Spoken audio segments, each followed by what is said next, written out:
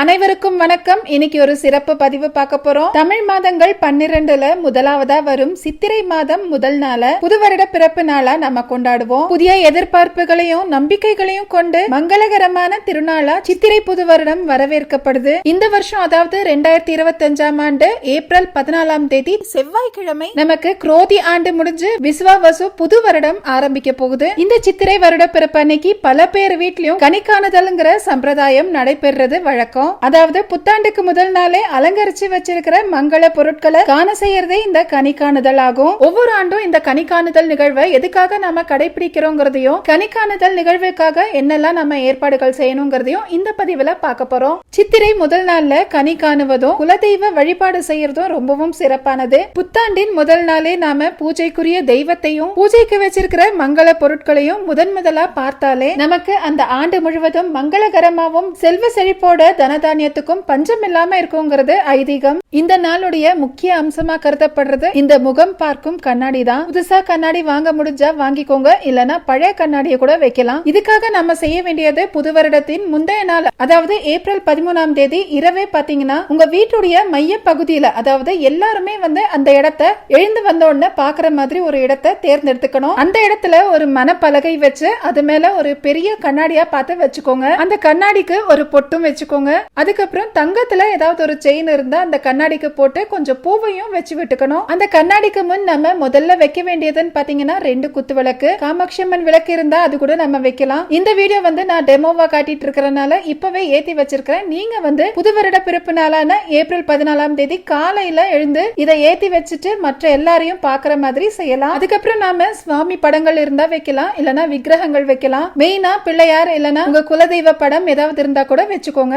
மஞ்சள்ல பிள்ளையார் கூட பிடிச்சு வைக்கலாம், ரொம்பவும் மங்களகரமா இருக்கும். அதுக்கப்புறம் ஒரு சொம்பு முழுக்க தண்ணீர் இருக்கிற மாதிரி எடுத்து கண்ணாடி முன்னாடி வச்சுக்கோங்க. இந்த சொம்புல ஒரு பூவையும் வச்சுக்கலாம். அடுத்து ஒரு தட்டுல ரூபாய் நோட்டுகள் நாணயங்கள் இதெல்லாமே போட்டு கண்ணாடியில தெரியற மாதிரி முன்னாடி வச்சுக்கணும். உங்களால முடிஞ்ச அளவு 10 ரூபாய் 100 ரூபாய் 1000 ரூபாய் எவ்வளவு வேணாலும் வைக்கலாம். இவ்வளவுதான் வைக்கணும்னு எந்த ஒரு கட்டாயமும் இல்ல. தங்க நகைகள் உங்ககிட்ட எது இருந்தாலும் சரி, ஒரு சின்ன மோதிரம் இருந்தா கூட சரி, அதை கூட இந்த தட்டு மேல வச்சுக்கலாம். இல்லனா வெள்ளி நாணயங்கள் தங்க நாணயங்கள் மாதிரி ஏதாவது இருந்தா கூட நாம இது மேல வைக்கலாம். தங்கம்ங்கிறது சுக்கிரனை குறிக்கக்கூடியது, அது கூடவே மங்களகரமான பொருளும் கூட. அடுத்து இந்த தட்டு மேல நல்ல வாசனையா இருக்கக்கூடிய மல்லிப்பூவை தூவி விட்டுக்கோங்க. நம்ம எல்லார் வீட்லயுமே இந்த மாதிரி ஒரு படி இருக்கும். இல்லன்னா முடிஞ்சவங்க இந்த மாதிரி ஒரு படி வாங்கி வச்சுக்கோங்க.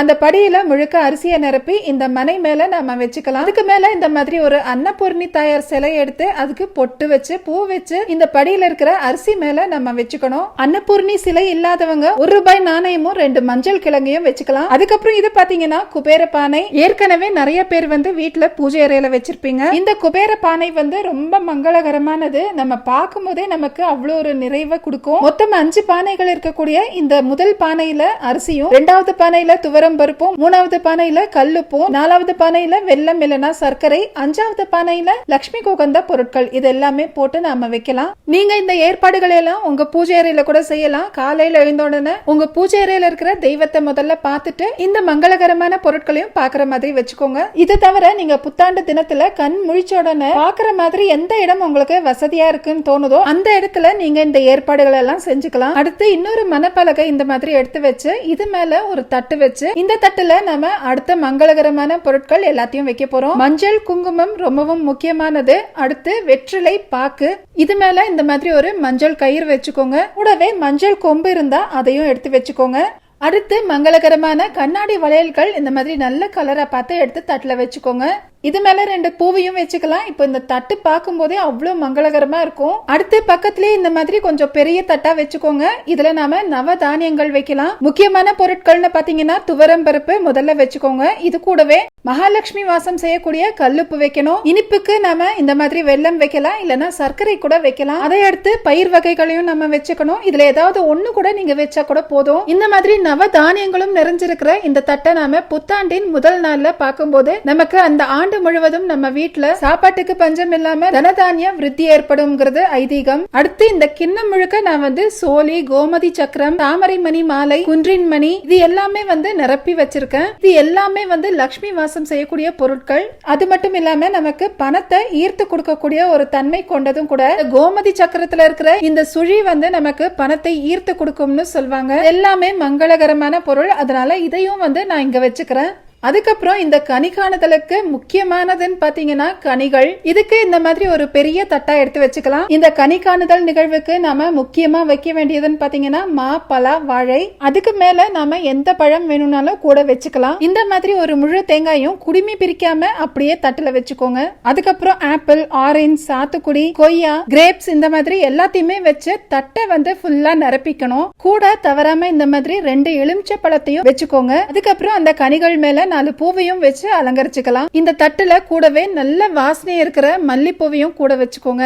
இப்போ நாம புத்தாண்டுக்கு முதல் நாள் இரவு செய்ய வேண்டிய ஏற்பாடுகள் எல்லாத்தையுமே செஞ்சுட்டோம். இதை நீங்க எளிமையா செய்யணும்னா ஒரே ஒரு தாம்பால தட்டு எடுத்து வச்சு அந்த தட்டுலயே நீங்க எல்லாத்தையுமே ஒன்னா வச்சு கூட இந்த ஏற்பாடை செய்யலாம். புத்தாண்டு அன்னைக்கு காலையில எழுந்தோடனே முதல்ல நாம செய்ய வேண்டியது இந்த மங்களகரமான பொருட்கள் எல்லாம் பார்க்கணும். எல்லாருமே இந்த கண்ணாடியின் மூலமா தான் இந்த அலங்காரம் செஞ்சு வச்சிருக்கிற அனைத்து பொருட்களையும் பார்க்கணுங்கிறது ஐதீகம். தமிழ் வருடப்பிறப்ப குடும்பத்தில் இருக்கும் மூத்த பெண்கள் வரவேற்கிறது ரொம்பவும் நல்லது.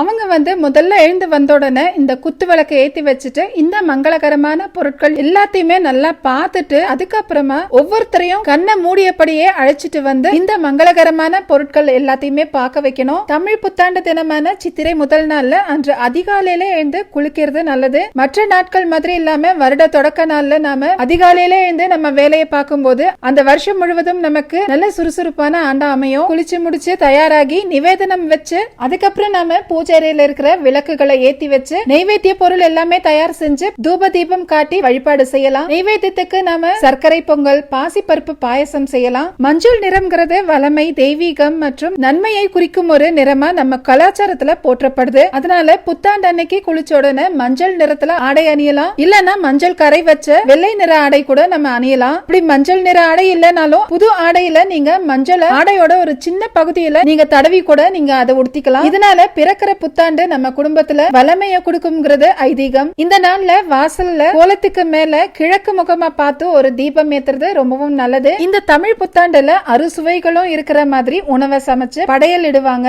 இனிப்பு, கசப்பு, உப்பு, காரம், துவர்ப்பு, புளிப்பு இந்த மாதிரி 6 சுவைகளும் இருக்கும் உணவுகளை சமைக்கிறது சிறப்பு. பொதுவா நல்ல நாட்கள்ல கசப்பு சேர்க்க மாட்டாங்க. ஆனா தமிழ் புத்தாண்டுல அத்தனை வகையான சுவைகளும் இடம்பெறதுதான் இதனுடைய விசேஷமே. குறிப்பா மதிய உணவுல வேப்பம்பூ பச்சடி, மாங்காய் பச்சடி, பருப்பு வடை, நீர்மோர், பருப்பு பாயசம், மெதுவடை இந்த மாதிரி எல்லாமே இடம்பெறும். இவை எல்லாமே கலந்ததுதான் வாழ்க்கைங்கிறத அறிவுறுத்தவே இந்த அறுசுவை விருந்த புத்தாண்டின் தொடக்க நாள்ல படைக்கப்படுது. வீட்டுல இருக்கிற பெரியவங்களை வணங்கி அவங்க கிட்ட நல்ல ஆசிகளையும் பெற்றுக்கணும். சித்திரை மாதம் முதல் நாள்ல கை நீட்டம்ங்கிற ஒரு வழக்கம் பின்பற்றப்படும். பெரியவங்க குழந்தைகளுக்கு அன்பளிப்பா பணம் கொடுக்கறதா இப்படி சொல்லப்படுது. இதுக்குன்னு பஞ்சாங்கத்துல ஒரு நேரமும் கொடுக்கப்பட்டிருக்கும். அந்த நேரத்துல வீட்டுல இருக்கிற பெரியவங்க காலில் விழுந்து ஆசீர்வாதம் வாங்கி அவர்கள் தரும் பணத்தை வாங்கிக்கலாம். இதனால ஆண்டு முழுவதும் பண வரவோட பல நன்மைகளும் ஏற்படும்ங்கிறது ஐதீகம். கடைசியா காக்கைக்கும் கொஞ்சம் பொங்கல் வச்சு மற்றவர்களுக்கும் பிரசாதத்தை கொடுத்து இந்த பூஜையை நிறைவு செஞ்சுக்கலாம். இந்த முறையில நாம இந்த தமிழ் புத்தாண்ட வரவேற்கும் போது நம்ம குடும்பத்துல இருக்கிற துரதிர்ஷ்டங்கள், தோஷங்கள் எல்லாமே நீங்கி அதிர்ஷ்டம் ஏற்படும். குடும்பத்துல மகிழ்ச்சி நிலை இருக்கும். தொழில் வியாபாரங்கள் எல்லாமே முன்னேற்றம் ஏற்படும். நோய் நொடிகள் எதுவுமே குடும்பத்துல இருக்கிறவங்களுக்கு பாதிக்காம வறுமை நிலை எல்லாமே நீங்கும். அதனால முடிஞ்ச வரைக்கும் எளிமையாகவாவது இந்த சம்பிரதாயங்கள் எல்லாத்தையுமே செஞ்சு நாம இந்த புத்தாண்ட நல்லபடியா வரவேற்கலாம். இந்த நாள்ல மறக்காம வீட்டுக்கிட்ட இருக்கிற கோவிலுக்கு போய் வழிபட்டு வர்றது நல்ல க்ஷேமத்தை கொடுக்கும். வரக்கூடிய விசுவாச வருடம் முழுவதும் நல்லபடியா அமையணும்னு வேண்டி உங்க குலதெய்வத்துக்கிட்ட முதல் பிரார்த்தனையா முன்வைங்க. அதுக்கப்புறம் குடும்ப உறுப்பினர்கள், உலக மக்கள் எல்லாருமே சுபிக்ஷமா வாழணும்னு வேண்டிக்கலாம். உணவிற்கும் ஆரோக்கியத்துக்கும் எந்த ஒரு குறையும் இல்லாத ஒரு ஆண்டா இருக்கணும்னு தெய்வத்துக்கிட்ட வேண்டிக்கோங்க. நவதானியங்கள், அரிசி, பருப்பு இதெல்லாமே வைக்கிறது கூட இந்த தத்துவத்தின் அடிப்படையில தான். தானியங்களுக்கும் உணவுக்கும் பஞ்சம் ஏற்படக்கூடாதுங்கிறது தான் அடிப்படை தத்துவம். உலக மக்களின் நலன் கருதி இந்த ஆண்டு வருடப்பருப்ப சிறப்பா வரவேற்போம். அனைவருக்கும் இனிய தமிழ் புத்தாண்டு நல்வாழ்த்துக்கள். இந்த பதிவு உங்க எல்லாருக்குமே பயனுள்ளதா இருக்கும்னு நினைக்கிறேன். மீண்டும் இன்னொரு பதிவுல சந்திக்கலாம். நன்றி, வணக்கம்.